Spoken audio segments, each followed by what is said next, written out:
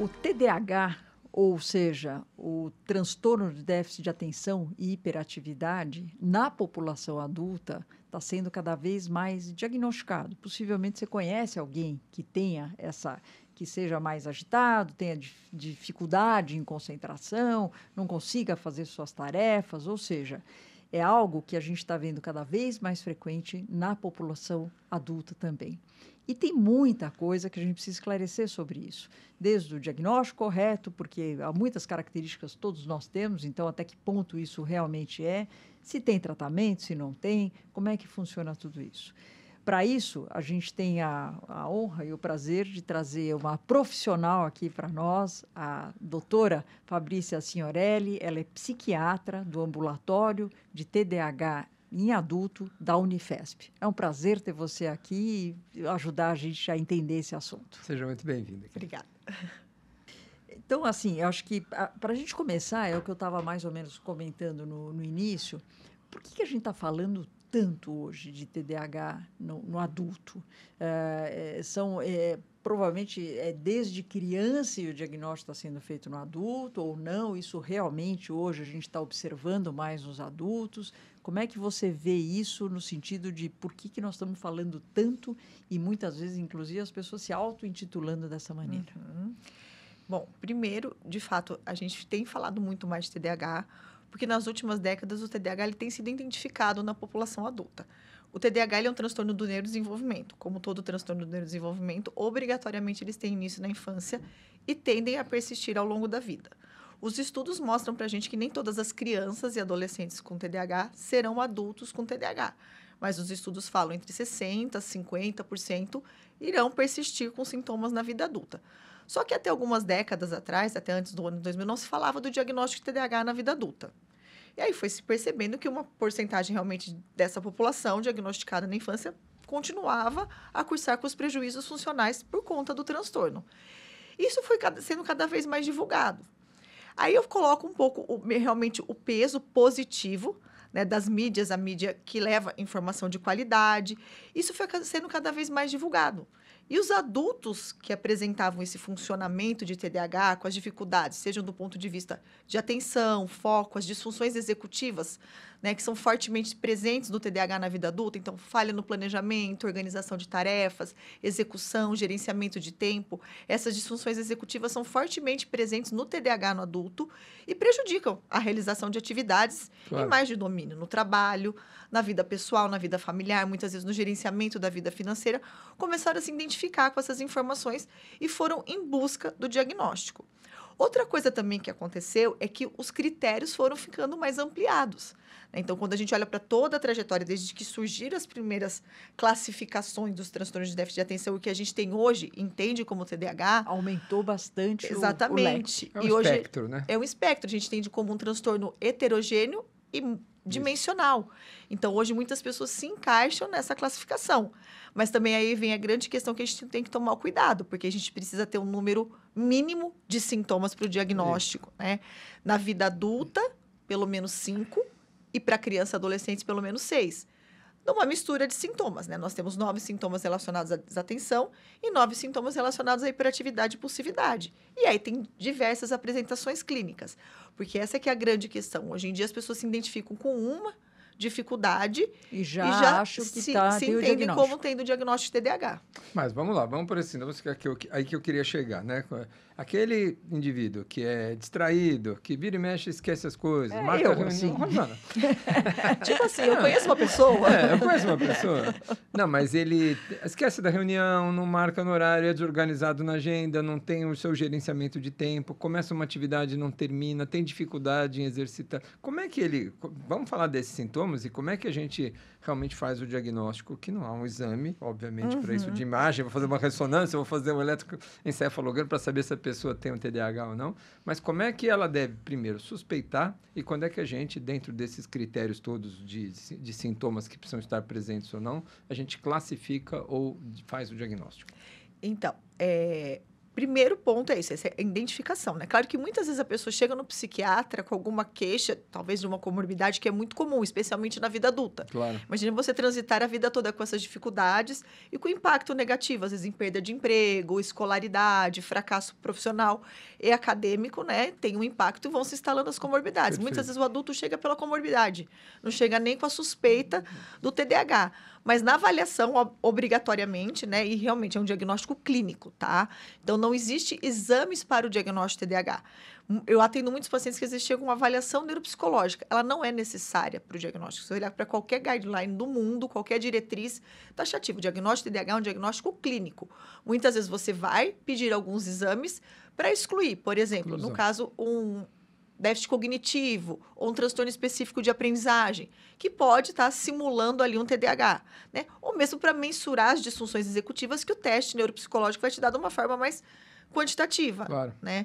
Mas o diagnóstico é história clínica. História clínica é que esse adulto, essa criança, né, adolescente, no caso o familiar, vai relatar, a escola vai mostrar os prejuízos que essa criança apresenta, tanto do ponto de vista, como você mencionou, desatenção, desorganização, esquecer as coisas, gerenciar mal o tempo, ou também do ponto de vista de impulsividade, interromper, não esperar a vez. Lembrando que a hiperatividade no adulto, ela se manifesta de forma diferente da criança. Então, quando a gente investiga numa criança pequena, é aquela trajetória, não senta para nada, sai correndo no mercado, não pode soltar a mão, a professora da escola falou que ele não fica sentado na rodinha de conversa. Já a hiperatividade no adulto, muitas vezes é uma inquietação mental. O adulto, ele fica com aquele monte de pensamento aleatório e que atrapalhe, ou uma inquietação motora, mas o adulto não vai levantar da cadeira no meio de uma reunião, mas ele fica mexendo o pé, mexendo a mão, a impulsividade, que leva também a comportamentos de risco, né? O adulto jovem, né? Todos os estudos mostram pra gente quanto o TDAH não tratado no início da vida adulta leva a comportamentos de risco. A questão de dirigir de forma imprudente, se envolver mais em todos os tipos de acidente, doenças sexualmente transmissíveis, né, comportamentos como o uso abusivo de substância, álcool. Então, o TDAH ele é fator de risco para todas essas questões ao longo da vida, pela falha realmente do controle inibitório. Perfeito. Eu acho que é uma questão, só antes de passar, que a gente, quando o adulto vai se adaptando, obviamente, ele tem um déficit desse e vai conseguindo se moldar para chegar no adulto, é aquilo que você falou. Na criança é muito típico, né? O diagnóstico é mais fácil. Exatamente. Às vezes a gente presta atenção com muito mais facilidade, com todos esses sintomas que você lembrou.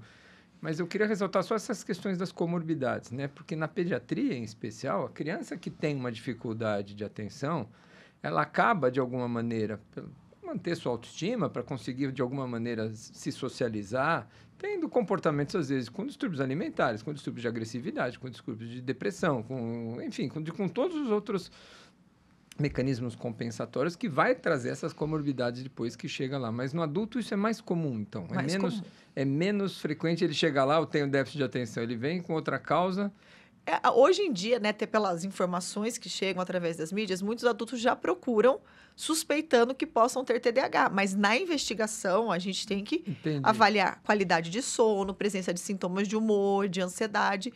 E a comorbidade, a gente fala que é quase uma regra e não exceção. Sim. Né? Justamente por conta desses impactos negativos. É claro que muitos transtornos são comórbidos justamente por questão genética. Por exemplo, ter transtorno do espectro autista e TDAH, ter TDAH e TIC ou Tourette, né? Pela questão de genes que são compartilhados pelos transtornos do neurodesenvolvimento. Mas transtorno de humor, transtorno de ansiedade, transtorno de uso de substância, tudo isso precisa ser investigado, porque são comorbidades bem comuns junto com o TDAH na vida adulta. E indo ainda para o diagnóstico, porque assim, as características a gente falou brincando, né? Mas lógico, a gente com a vida hoje adulto, a gente tem milhões de informações, então não é incomum às vezes você está pensando uma coisa, daí você não consegue acabar, começa outra, e daí você fala, puxa, será que eu tenho TDAH? E daí você vai para a rede social e você faz o seu autodiagnóstico. Como é que você está vendo isso? Você acha que isso está aumentando? A epidemia. Essa epidemia, as pessoas já querem medicamentos. Como é que você está vendo isso no teu dia a dia? Na verdade, hoje, esse ponto é uma das grandes preocupações, né? Quem trabalha com essas questões do neurodesenvolvimento, o TDAH, o autismo também, mas o TDAH traz muito forte isso. Por quê? Porque a atenção é algo flutuante para todos nós. A gente sempre, quando avalia o TDAH, né, nas aulas de TDAH, a gente fala assim, o TDAH você precisa contextualizar. Por quê? Porque todos nós temos uma atenção que flutua, né? Vai desde cansaço, privação de sono, estresse, né? E não necessariamente uma comorbidade de Excesso ansiedade. de coisas que você Excesso precisa de fazer, demanda, né? É o que eu falo, demandas. chega uma hora que o cérebro não cabe, né? Nos dias de hoje, a gente é abarrotado de informações, especialmente porque estamos o tempo todo com algum dispositivo digital Isso. e chega a notificação. A gente que está aqui na capital tem que lidar com a logística, né? Que isso vai nos sobrecarregando de demanda, né? E aí a gente se pega realmente funcionando, né? Como desatento, distraído, disperso, esquece alguma coisa, né? Então, tomar cuidado, porque essas flutuações fazem parte. Se a gente olhar para os critérios de diagnóstico de TDAH, a gente, de uma forma ou outra, vai se identificar com uma coisa ou outra. Claro, Nossa, eu vi todo mundo, ultimamente 100% de... eu estou distraída, eu ando mais inquieta, né? Posso estar realmente num momento de ansiedade, preocupada e estar um pouco mais impulsiva, com mais dificuldade de focar numa leitura, né? A grande questão é que para o diagnóstico do TDAH, novamente, eu preciso de um número mínimo de sintomas e cursando com prejuízo funcional em várias áreas da minha vida. Na minha vida pessoal, na minha vida laborativa, né, em diversas atividades. Agora, qual que é o problema? É isso, eu me identifico com um outro sintoma, eu vou no TikTok ou eu vou no Instagram, e recentemente saiu um artigo falando justamente isso, né? Da maioria dos vídeos que foram publicados no TikTok, mais de 50% não tinham nenhum embasamento científico. Isso é muito preocupante, Os né? vídeos falando sobre o assunto, Falando explicando sobre o assunto, do não eram diagnóstico, das public- características, Exatamente. etc. Tá. Cheios Então, de pseudo-especialistas. Exatamente. Não, e quem vai ler não sabe, Não ou sabe, se e se tem ou não identifica, né? revisão. E coisas absolutamente sem nenhuma correlação com os critérios. Ah, se você ouve a mesma música várias vezes, você provavelmente tem TDAH. Sim. Aonde, em que lugar que isso está É, escrito, né? é. E que vão deixando a pessoa sugestionada. Aí ela realmente chega com o autodiagnóstico. Qual que é o problema disso, né? Pegar um profissional que não está capacitado e só vai perguntar diretamente os critérios, a pessoa vai responder tudo de uma forma positiva, né? Isso vai levar ao diagnóstico errado. E o que preocupa, a medicalização, porque o TDAH, o tratamento na vida adulta, ele é farmacológico também, não só farmacológico, né? A medicalização de algo que às vezes não é TDAH. Isso a gente viveu na pediatria e vive até hoje, eu acho ainda, Fabrício, que é a questão da medicalização, né, do hiperdiagnóstico e da hipermedicalização, para a criança fazer uma prova, fazer muitas vezes corretamente. Os benefícios que você vê das crianças que têm realmente TDAH tratadas é monumental, é absurdo como essas crianças, como essas medicações fazem efeito. Conta pra gente quais são os grupos de medicações aí que hoje a gente tem disponível para pediatria e também para os adultos, Claro. por que não? E quando medicar, eu acho que você falou uma parte importante que você passou rapidamente em cima, que é o impacto que isso traz para a sua vida, né? Eu acho que de uma maneira geral, até onde eu entendo, as doenças psiquiátricas, você vai procurar um tratamento quando isso traz algum prejuízo para a sua, enfim, para o seu dia a dia, para a sua rotina normal, né? Na verdade, tudo termina assim, né? Como critério diagnóstico, menciona de cada um e fala, e cursar com prejuízo funcional, né? Exato. Se não tem prejuízo funcional, não é um transtorno. Exato. Né? A definição já passa por aí, Já né? passa por aí, né? E o TDAH, realmente, como você mencionou, né? Quando de fato existe o diagnóstico, o impacto do tratamento medicamentoso é um divisor de águas, né? divisor de águas. Tanto que na psiquiatria, o tratamento farmacológico, especialmente com a primeira linha, que são os estimulantes, ele tem um tamanho de efeito muito grande. Só perde para o tamanho de efeito do lítio no tratamento da mania. Depois, os estimulantes são um tratamento medicamentoso que tem maior tamanho de efeito, né? Sim. Ou seja, como o público não é só médico, né? Eu estou falando que é de eficácia. Eficácia. Ou seja, né? Eu sempre faço uma analogia muito simples com os pacientes do consultório. Eu falo, literalmente, é colocar um óculos no míope. No míope. Né? E a criança percebe Nossa. isso, né? Não só a família. E o adulto, o impacto é muito maior, porque o adulto chega com essas dificuldades, né? Olha, eu já não aguento mais perder o emprego, começar um curso e não conseguir finalizar, né? Ou eu tô com a corda no pescoço, desculpa a expressão, né? Porque eu tô sendo muito cobrado, que meus resultados, que eu entrego o relatório sem finalizar, né? Os feedbacks do meu convívio, né? Porque muitas vezes o prejuízo não é nem tanto na execução de tarefas, mas a impulsividade, a falha na autorregulação faz com que os prejuízos sejam muito maiores do ponto de vista dos relacionamentos sociais. É a pessoa que interrompe, a pessoa mais explosiva, né? Então, novamente, diversos domínios precisam estar grande prejudicados para o diagnóstico de TDAH. E aí, feito o diagnóstico, diagnóstico, né? Claro que é importante a terapia, e as que têm evidência são as terapias de linha comportamental, porque também vão ajudar esse indivíduo a treinar essas disfunções que a vida inteira Claro. ele não teve, mas o tratamento medicamentoso, ele é de extrema importância, porque existe aí todo um substrato neurobiológico, né, no TDAH, que envolve várias áreas, mas predominantemente o córtex pré-frontal, onde a gente precisa realmente ofertar dopamina e noradrenalina. E é isso que o tratamento medicamentoso vai trazer. No mundo, nos principais guidelines, né, a primeira linha de tratamento é o metilfenidato e os derivados de anfetamina, que são os estimulantes. Aqui no Brasil a gente tem. Né? A gente tem E metilfenidato. tem disponível para SUS? Não. SUS? Essa que é a grande briga. Então, ano passado, a gente teve uma audiência pública, né, onde estava a presidente da Associação Brasileira de Déficit de Atenção, a BDA, que é a associação mais séria e mais antiga no Brasil. Né? Quando o assunto é TDAH, eu estava acompanhando e a gente foi justamente para explicar, né?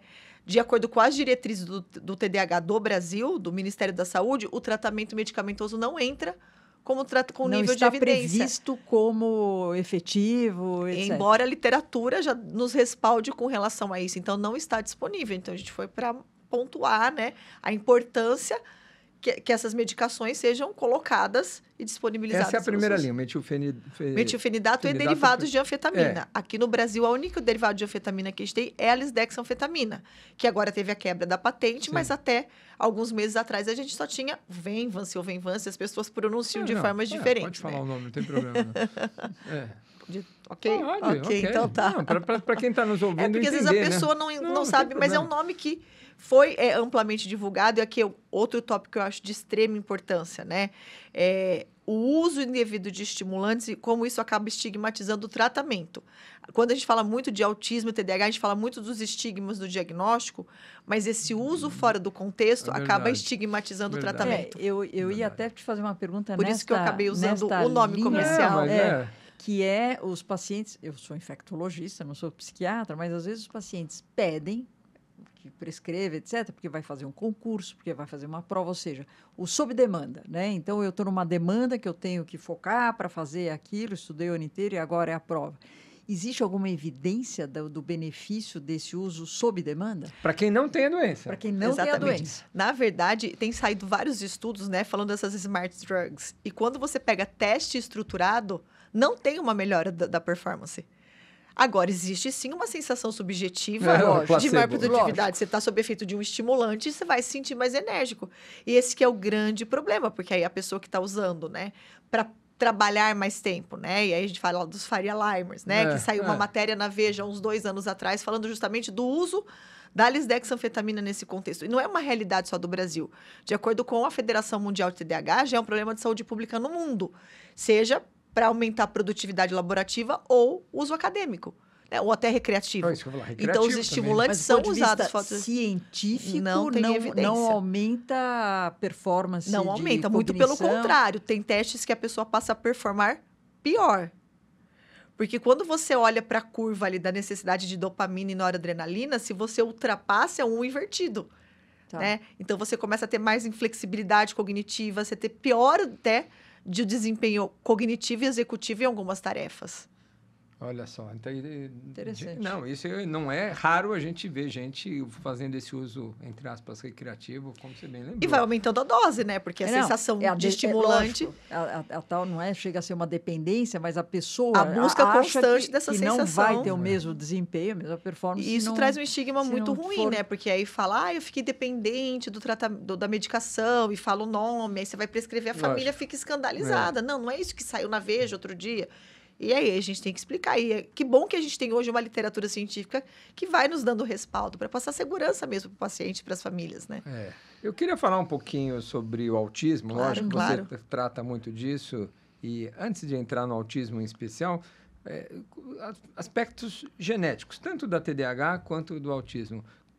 Quanto por cento é herança genética? Qual é o risco de que, se alguém tem na família, um pai ter um filho com com esse mesmo transtorno? Fatores de risco para desenvolver o TDAH? E já insiro também o transtorno do espectro do autismo. O que conhecemos hoje em relação a fatores ambientais, fatores genéticos, predisposição e risco de desenvolver ou de ter alguma dessas alterações? Vamos lá, né?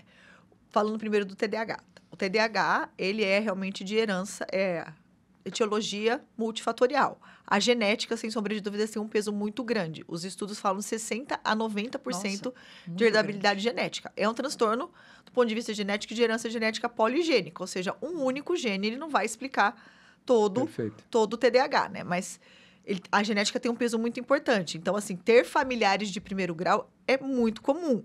É comum que no consultório você vá avaliar um adulto e ele perceba no filho aqueles comportamentos, ou o inverso, a família que leva a criança e durante a avaliação um dos pais se identificam com comportamentos, sinais e sintomas semelhantes, né? De fatores ambientais, os estudos eles vão evoluindo, tanto assim como a descoberta de novos genes envolvidos tanto no TDAH quanto no autismo, né? Mas de fatores ambientais, que a gente tem muito nível de evidência que tem correlação com o TDAH, prematuridade, baixo peso ao nascimento, tabagismo durante a gestação, uso do álcool durante a gestação. Então, são fatores ambientais que os estudos sempre apontam como importantes fatores externos relacionados ao TDAH. O autismo, ele tem um peso genético muito variado. Por exemplo, existem síndromes genéticas que a chance de cursar com autismo é muito grande. Até existe uma parcela de indivíduos com síndrome de Down que podem ter o autismo associado, né? Mas quando a gente pensa nesse autismo que são os que recentemente têm sido diagnosticados, que a gente chama autista de alto funcionamento, que são os verbais, com inteligência preservada, eles também entram nessa herança genética poligênica. E aí é muito comum que você olhe para familiares de primeiro grau, mesmo que eles não preencham muitas vezes critério para o autismo, eles estão dentro do que a gente chama de fenótipo ampliado do autismo. Que às vezes o pai, o avô, né, paterno, ou a mãe, ou a avó apresentavam muitas características, não fortes o suficiente para fechar o diagnóstico. Aí chega um dado momento na criança, a expressão desses genes ele é maior e a criança, de fato, preenche critérios para o autismo, né? Agora, quando a gente olha para o aumento do número, de fato, tem estudos recentes que estão mostrando que não é só o aumento do diagnóstico que tem sido feito, mas, de fato, o número está crescendo. E aí, por conta de fatores ambientais que estão sendo estudados, fatores genéticos, a epigenética, né? Então, de fato, o número está aumentando e estão saindo estudos para tentar entender idade paterna e materna avançada, o papel dos poluentes, de agrotóxicos. Então, esses estudos estão saindo para a gente tentar entender por que esse número, de fato, estão aumentando. Que não são explicados só pelo aumento do número de diagnósticos que estão sendo feitos e que anteriormente não eram feitos. A sensibilidade do diagnóstico melhorou, mas há inequivocamente, pelo menos dentro do transtorno do espectro de autismo na pediatria, um aumento... Exatamente. Eu atendia, quando eu comecei a consultório há 30 anos atrás, um TEA, um transtorno por ano. No meu consultório, 2 por ano. Hoje a gente faz diagnóstico, suspeita clínica, com os testes de triagem que a gente faz já no bebê de 1 ano e meio, 2 anos. A gente reconhece 1 por mês, eu acho, praticamente. Realmente existe, né, um número... E outra questão que é importante, cresceu muito também, né? Porque se a gente olhar para o DSM-5, né? Que mudou a classificação em 2013, quando passou a ser chamado transtorno do espectro autista, realmente ampliou muito. Ampliou muito. Então, aí que a gente passou a fazer o diagnóstico de pessoas com a inteligência preservada, o diagnóstico do autismo em mulheres que têm particularidades, né? A apresentação clínica em mulheres, às vezes, ela é muito sutil. Então, de fato, aumentou, mas... Concordo, e isso nos preocupa, né? O que a gente pega a criança tão pequena realmente apresentando prejuízos muito claros ali nos primeiros 24 meses de vida, né? E que sugerem fortemente o diagnóstico de autismo. Fabrícia, hoje o foco é mais falando dos adultos, né? Então, eu vejo assim que a hora que você faz o diagnóstico, inicia-se a terapêutica, etc., quem está em volta dessa pessoa, né? O apoio da família, dos amigos, o papel da escola, daí voltando aqui para as crianças e adolescentes.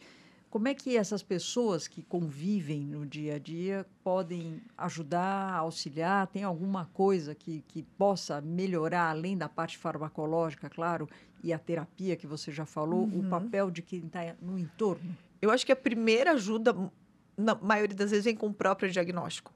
Até muito mais do autismo do que do TDAH, né? O autista de alto funcionamento... Ou seja, reconhecer, Exatamente, porque isso traz muitas respostas. Resposta para o próprio indivíduo e para a família, que às vezes não compreende, né? A dificuldade de expressar sentimentos, às vezes uma necessidade de ficar mais tempo sozinho, né? Às vezes alguns padrões mais rígidos, inflexíveis de comportamento.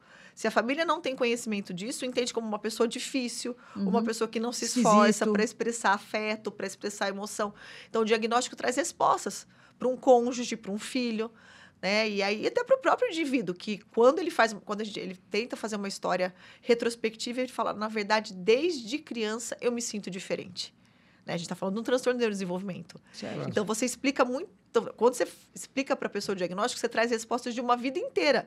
Daquela pessoa que não se encaixou em situações sociais, né? Não se encaixou com... Por que, às vezes, lidar com mudanças de rotina é tão difícil para mim? Ou mesmo esses aspectos sensoriais que vieram muito forte com o DSM-5, né? Que foram começados a ser valorizados, essas questões de textura, de alimento, de barulho, né? E hoje a gente vê o impacto que isso tem e a sobrecarga sensorial, como desregula as pessoas do espectro autista, né? Então, a família entende, o adulto se entende, né? É levar conhecimento para o ambiente de trabalho. É muito importante, dependendo do ambiente de trabalho que esse adulto está inserido, você que ele leve o laudo diagnóstico para o ambiente de trabalho. Ou seja, ele tem que ser mais transparente para ter o apoio de todo mundo. Para ter a compreensão. Porque eu acho que a tendência é falar, não, eu não vou falar para ninguém, eu não vou assumir isso. É exatamente o contrário, para ele poder ser mais inserido. A gente sempre deixa o paciente muito à Alivia, vontade, né? para ver o que ele quer fazer com o diagnóstico. Se ele quer guardar para ele, se ele quer compartilhar com a família, se é importante, dependendo do trabalho que ele está, né? Que a empresa entenda, que a equipe entenda que existe sim um transtorno que traz dificuldades no convívio em equipe, às vezes uma necessidade de mais tempo isolado, e não é porque ele não é simpático que na hora do coffee ele não está ali rindo e fazendo piada, né? Porque isso acaba fazendo uma leitura errada, né? As pessoas que convivem com uma pessoa com transtorno de espectro autista, às vezes faz uma leitura errada daquele comportamento, e na verdade são dificuldades que são explicadas pelo diagnóstico. Difícil imaginar que as empresas estão preparadas para acolher um diagnóstico desse e valorizar esse, né? Eu não sei, eu acho que o mundo corporativo hoje é tão disputado, né? É um desafio, mas é um acho grande que desafio. A saúde mental dentro das empresas tem sido valorizada, né? O burnout, enfim, todas as questões, a depressão, né? Cada vez mais dentro do esporte, dentro do trabalho. Eu acho que é um tema ainda revestido de muito tabu, né? Sim. E essa é uma preocupação, né? Às vezes os pacientes eles chegam para avaliação justamente nesse momento porque as dificuldades já estão levando a problemas mais sérios. Ele procurou porque ele tem impacto. Exatamente, né? Mas não é incomum que o paciente fique receoso de levar o laudo e que isso possa, no primeiro momento, o discurso, né, inclusivo, não, tá tudo bem. Mas que, de certa forma, isso possa prejudicar um crescimento. Principalmente no ambiente corporativo, exatamente. É quase cultural, né? A gente precisa... Mas que a gente brigue pelo contrário, né? Da questão do anticapacitismo, uma série de questões, dependendo do papel, né? Que esse indivíduo tem, não só no mundo corporativo, mas na área que ele atua do trabalho, ele fica realmente receoso com relação a estigmas, né? E no teu dia a dia, você faz muito esse diagnóstico tardio, porque a gente, se eu estou entendendo, é um problema do neurodesenvolvimento, ou seja, desde a infância, ele pode não ter sido evidenciado, diagnosticado, impactado, mas vai, em algum momento, ele... Exato. É frequente isso, só na idade adulta, ou seja, esse diagnóstico, a evidência do diagnóstico na idade adulta, é a partir daí, tratando, e você vê uma melhora no sentido que a pessoa consiga exercer suas atividades, se inserir mais no dia a dia dele, em termos de impacto? Muito frequente, né? Especialmente nos últimos anos, tem sido cada vez mais falado do autismo em mulheres, que é o fenótipo feminino do autismo, né? Que tem uma apresentação clínica mais sutil. Por quê? Porque a mulher ela desenvolve ao longo da vida mais capacidades adaptativas. Né? Então, ela vai se adaptando às dificuldades, mesmo sem terapia, mesmo sem ter o diagnóstico, ela tem uma capacidade de se adaptar melhor. E também um outro mecanismo que é o da camuflagem social, mescla. Então, ela vai aprendendo com o comportamento do outro. Então, ela aprende que determinada situação social ela tem que sorrir, que determinada situação social, né? Ela percebe, bom, se está todo mundo rindo, eu vou rir também. Agora foi uma piada, mesmo que ela não entenda. Só que os estudos mostram, a gente vê na prática, que essa camuflagem não é um aprendizado. É realmente algo forçado. Isso traz um nível de sobrecarga e sofrimento muito grande. Porque ela está ali criando meio que um personagem. Né? Ela aprendeu a atuar. Né? Mas isso vem às custas de um sofrimento muito grande. E aí, feito o diagnóstico, ela vai realmente para uma terapia que vai ensiná-la a fazer uma leitura social melhor do ambiente e, claro, respeitar também os limites, né? Isso traz muitas respostas, novamente, para a família, que às vezes começa a entender que se chegou do trabalho, ela precisa, ou ela ou ele, enfim, né, de um tempo sozinho, porque a demanda do dia todo, tanto do ponto de vista social como sensorial, já causou uma sobrecarga muito grande. Então, precisa se reorganizar.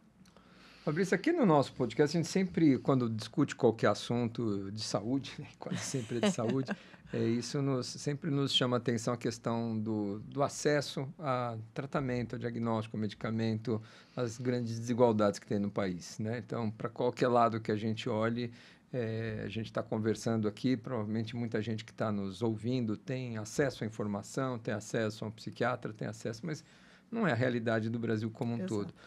Como é que está sendo tratado isso no ambiente? Você já falou um pouco da relação da medicação que não está disponibilizada no SUS, mas o acesso ao psiquiatra, o acesso ao médico, o acesso ao diagnóstico, o acesso à terapia, como que você enxerga essas grandes desigualdades, especificamente na questão do TDAH, na abordagem do TDAH e também do autismo? Isso é um grande problema, né? Porque e isso nos angustia também, porque a gente fala muito a questão as pessoas estão buscando diagnóstico do autismo, o diagnóstico está sendo super diagnosticado, e na verdade, quando a gente olha para a realidade do Brasil, é uma pequena parcela que realmente vai ver no TikTok, vai ver no Instagram e vai poder acessar um profissional privado e ter, às vezes, um diagnóstico correto ou não. Quando a gente olha para a realidade do país, a gente vê pacientes com autismo grave, não estamos falando desse autofuncionamento, nível 2 e 3, que chegam até a vida adulta sem diagnóstico. Né? Quando a gente olha para o TDAH, não é diferente. Então, aqui em São Paulo mesmo, na rede pública, existem dois ambulatórios de TDAH, o da USP e o da Unifesp na vida adulta. Nosso ambulatório é super novo, o da USP é mais antigo, nosso ambulatório tem 3 anos, né? E já tem um ano de espera. Né? O ambulatório de autismo na vida adulta, ele é recente lá na Unifesp, que é o grupo do TIM que faz, né? Que fica no departamento de psiquiatria. Já tem fila de mais de um ano, mais de 1.000 pessoas para uma avaliação. A demanda é muito grande. Isso também acontece na infância, né? Então, crianças que vão passando com autismo muito as terapias necessárias, né? E aí esbarra em outro problema. Feito o diagnóstico, não tem acesso à intervenção multidisciplinar. Perfeito. Infelizmente, representa a grande maioria do nosso país. Na pediatria, isso aí a gente tem uma sobrecarga diagnóstica e não tem nem profissionais habilitados para cuidar dessas crianças, não tem acesso, não tem nos planos de saúde, olhe lá, mas no SUS menos ainda. Menos ainda. Então, a gente tem uma deficiência muito grande de atenção a todas as terapias. E uma coisa que a gente na pediatria, como a gente está falando de transtorno de neurodesenvolvimento, a intervenção precoce muda o curso, né? Isso isso que eu queria, antes da gente caminhar para o fim aqui, se a gente tem uma intervenção precoce, né, mesmo antes do diagnóstico, né? Às vezes a gente não precisa esperar o diagnóstico para fazer a terapia, mas se você já percebe, começa uma intervenção, você reduz o risco do desenvolvimento de um transtorno mais grave. Nesse processo de neurodesenvolvimento, a atuação das diversas terapias é capaz de mudar o curso e nós termos adultos sem diferentes, dúvida, né? Que essa é a nossa grande questão. Se no período de acompanhamento pediátrico for aplicado o MCHAT, que é a escala de rastreio, né? A primeira que tem da idade da criança, identificado o prejuízo, você não precisa esperar o diagnóstico. Claro. A criança já vai para a intervenção, né? Trabalhar aqueles atrasos. Mas feito o diagnóstico precoce, a intervenção, ela de fato muda a gravidade da apresentação clínica. Então, essa é a nossa grande briga, né? A nossa grande será batalha. Um adulto que conseguir menos prejuízo. Se os pediatras trabalharem direito, você vai perder o seu emprego. Não, porque tem criança que vai ser grave independente da intervenção. Isso é uma angústia muito grande, mas vai reduzir muito grande, né? Que a gente escuta nos dias de hoje promessas de intervenções como se fosse tirar a criança do espectro, né? Curar o seu autismo. E a criança chega, 40 horas de intervenção, aba, fono, integração sensorial. Aí é o segundo luto, né? Porque daí a criança chega com 5 anos, não é verbal. Aí a família começa a questionar a qualidade da intervenção. Não, esse é o autismo do seu filho, né? Clássico. Então, a gente ainda tem, sim, muitas crianças que mesmo com intervenção terão quadros graves, né? E, Fabrício, agora já caminhando para o fim. Não, eu só ia falar como é que você vê o futuro do ponto de vista de terapêutica, mesmo terapia genética, ou seja, você vê alguma coisa, porque a gente está vendo um aumento do diagnóstico, aumento real do número de casos. E o tratamento, né, dependendo do que nós estamos falando, alguns com os resultados melhores, outros com resultados mais frustrantes. Você vê alguma coisa no futuro, do ponto de vista terapêutica, né? Terapêutica? Então, existem, pensando do ponto de vista para o autismo, né? Porque se a gente olha hoje para os sintomas centrais do autismo, até o atual momento, a gente não tem nenhuma medicação que trate o autismo. A gente trata as alterações comportamentais que cursam, né? Então, existem várias moléculas que estão sendo estudadas em fase 3, que às vezes alguns trials com sucesso, outros não. A gente pensa que se encontre realmente medicações que minimizem os prejuízos funcionais dos sintomas centrais do autismo, né? Eu acho que essa busca para o futuro é muito mais pensando no autismo do que no TDAH. No TDAH, o que a gente tem hoje, tratamento medicamentoso, já traz uma qualidade de vida muito grande para as pessoas que recebem o diagnóstico correto, né?